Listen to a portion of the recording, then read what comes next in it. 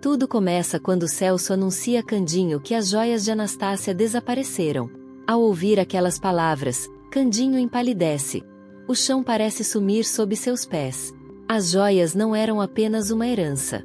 Eram a única salvação da fábrica, dos funcionários, de tudo que ele construiu.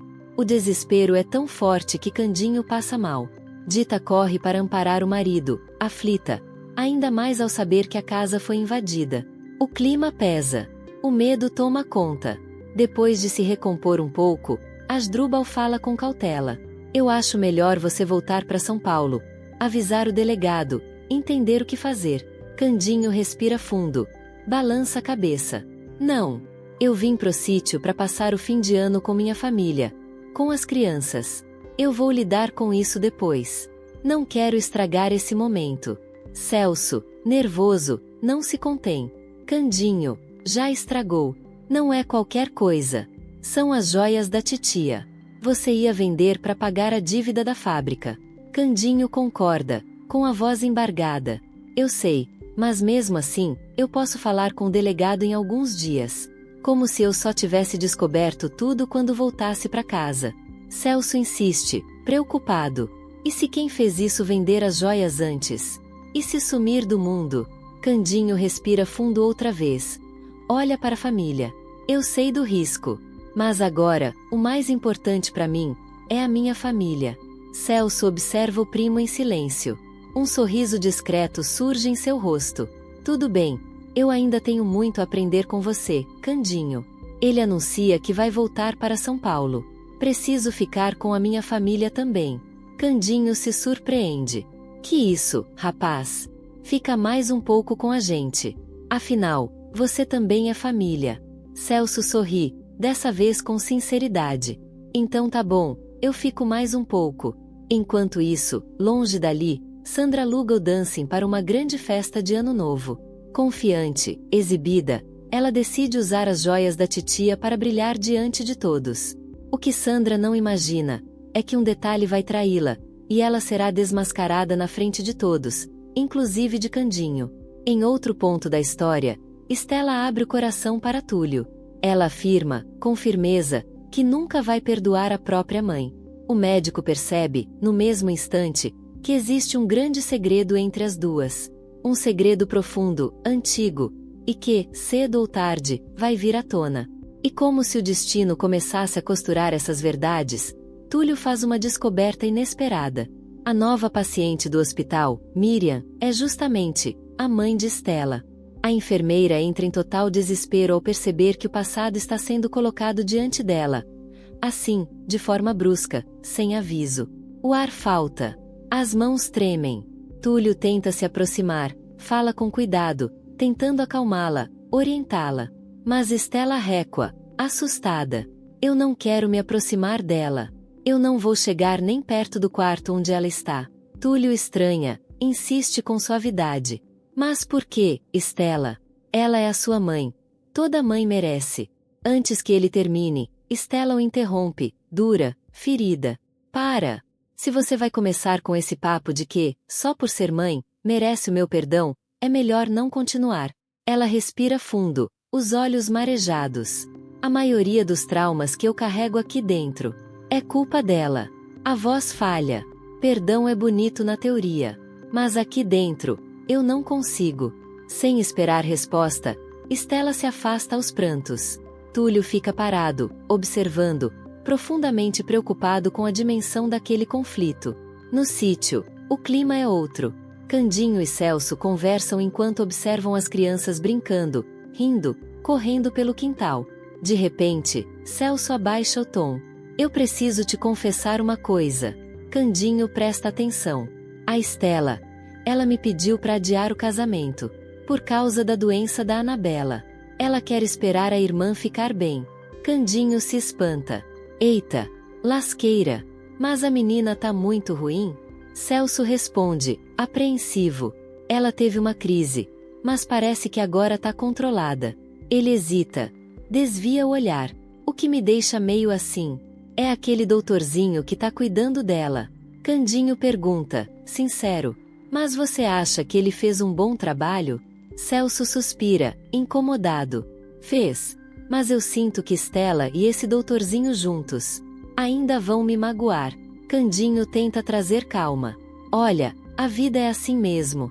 A gente tem que aceitar aquilo que ela oferece. Celso reage, abalado. Não, eu não vou aceitar. Eu tô com a Stella há anos. E chega um doutorzinho do nada. Ele passa a mão no rosto, humilhado. Meu Deus, eu me sinto tão estúpido. Candinho segura o primo pelo braço, firme. Você não é nada disso. O que os outros fazem não define quem você é. Uma lágrima escapa dos olhos de Celso. O problema é esse. Minhas atitudes nunca foram nobres. Candinho franze a testa. O que você quer dizer com isso? Celso enxuga o rosto rapidamente. Esquece o que eu falei. É melhor eu ir para São Paulo, antes que eu diga coisa que não devia. Ele se despede. Feliz Natal, Candinho. Mas o que Celso nem imagina é que aquele dia ainda reserva algo muito difícil para o seu lado. Mais tarde, Sandra, disfarçada de baronesa, chega ao dancing. Elegante, confiante, como se fosse dona do mundo. Tamires a recebe, cheia de reverência. A que devo a honra da Vossa Senhoria? Sandra solta uma risada debochada.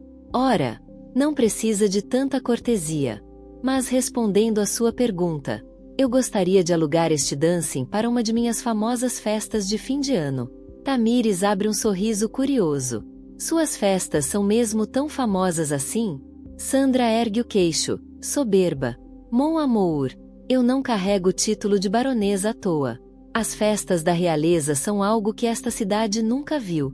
Tamires insiste, desconfiada. E por que escolher justamente o meu dancing para algo tão fabuloso? Sandra encara, impaciente. Você quer faturar, ou não? Porque eu posso contratar outro lugar com muita facilidade. O sorriso de Tamires vira amarelo na mesma hora. Não, claro que não. É claro que eu aceito. Negócio fechado. Baronesa. A noite de Ano Novo é sua.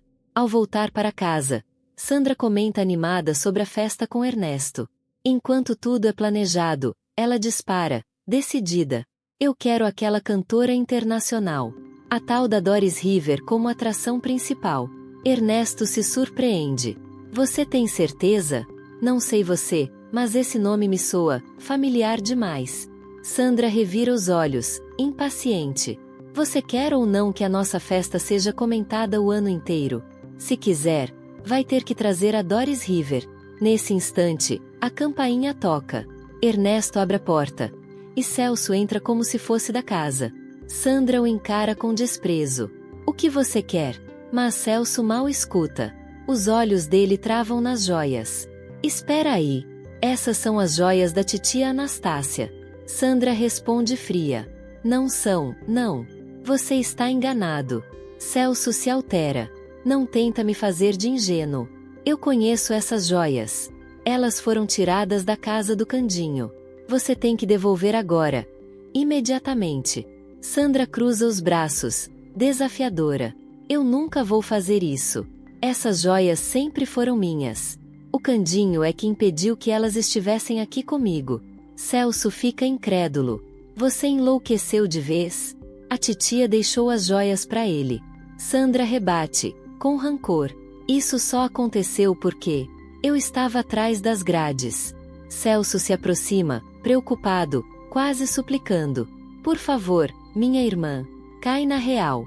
Mesmo disfarçada de baronesa. Você não é imune. Eu não devia estar te protegendo. Mas eu tô aqui, te implorando para fazer diferente dessa vez. Sandra ergue a cabeça, orgulhosa, fria. Se você não quer me ajudar, viva sua vida medíocre longe de mim. E se você ousar me denunciar, eu não vou hesitar em revelar tudo o que você fez. Ela se aproxima, venenosa. E você vai parar no mesmo lugar que eu. Os olhos de Celso se enchem de lágrimas. A voz sai fraca, mas sincera. Eu tô tentando me tornar uma pessoa melhor. Sandra responde sem piedade. E você acha que eu posso? É tarde demais para mim. Se realmente existe um céu, as pessoas que eu já fiz mal não vão querer conviver comigo. Ela dá de ombros. Se você acha que é diferente, o problema é seu. Completamente abalado, Celso vai embora. E, pela primeira vez, Sandra também fica sozinha e abalada. No dia seguinte, Lourival aparece no sítio. Ao vê-lo, Dita estranha. O que você tá fazendo aqui? Ele responde direto. Eu tenho uma nova proposta. Pra Doris River. Dita revira os olhos, impaciente. Se você veio pra isso, perdeu seu tempo. Eu já disse que não quero mais enganar as pessoas desse jeito. Lourival insiste, confiante. Mas essa proposta é diferente. É excelente. Ele explica. É pra festa de fim de ano da baronesa. E esse é o valor que ela está disposta a pagar. Lourival entrega o cartão. Dita olha. E fica em choque com o número escrito ali. Na mesma hora, ela se lembra da dívida de Candinho.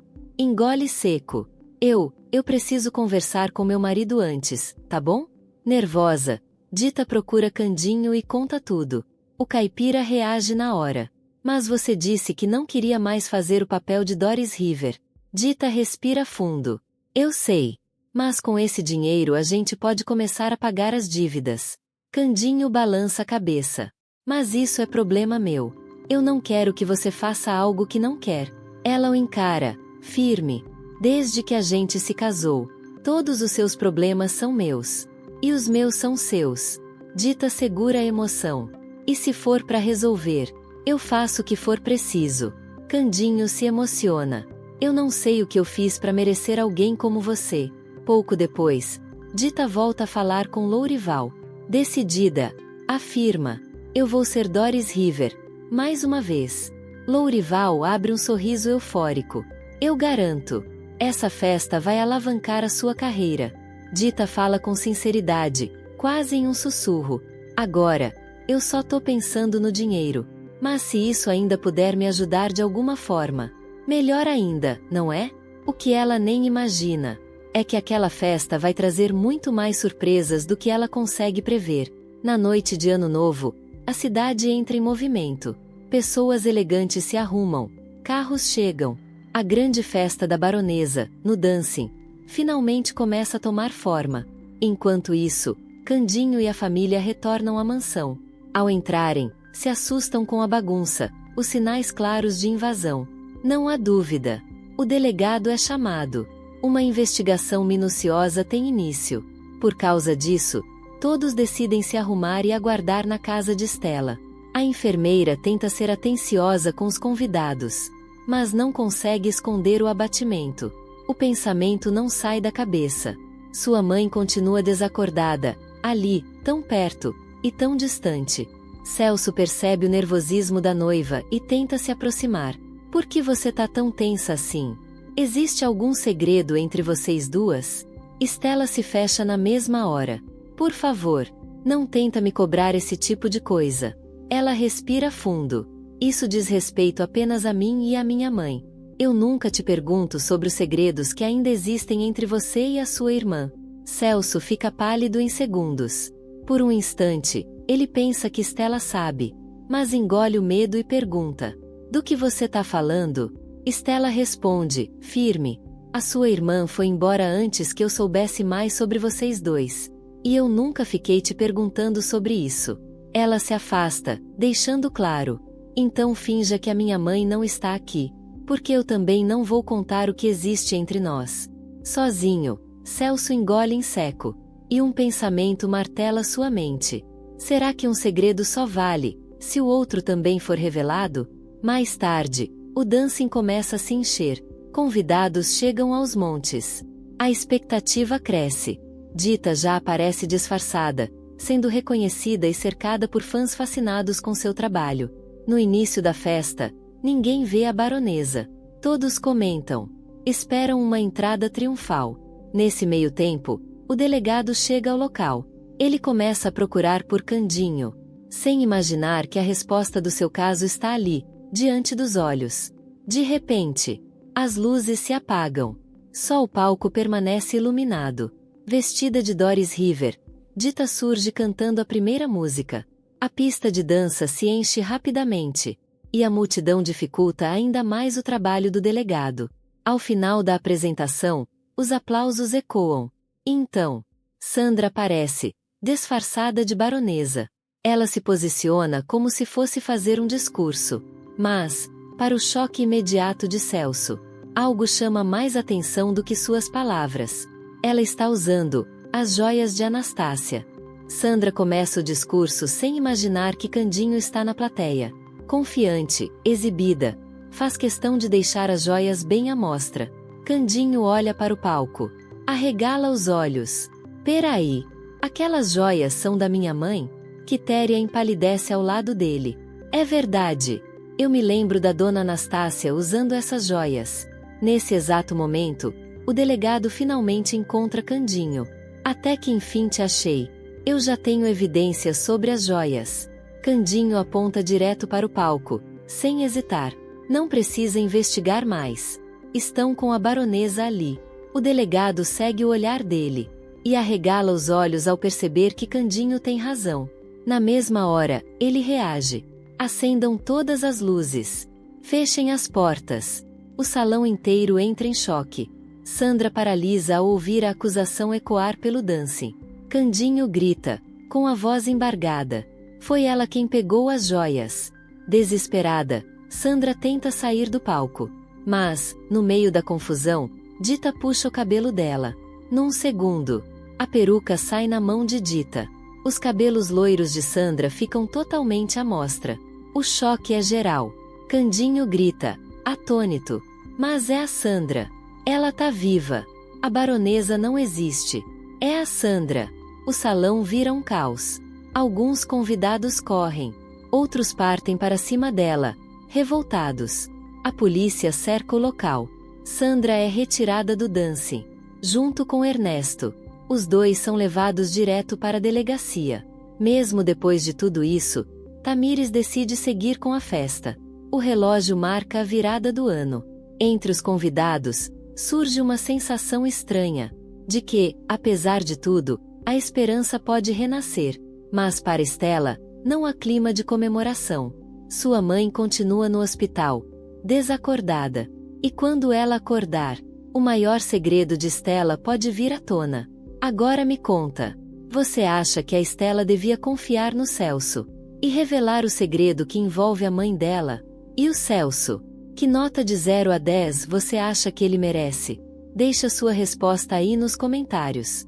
Clique no botão de gostei para continuar recebendo mais vídeos da novela.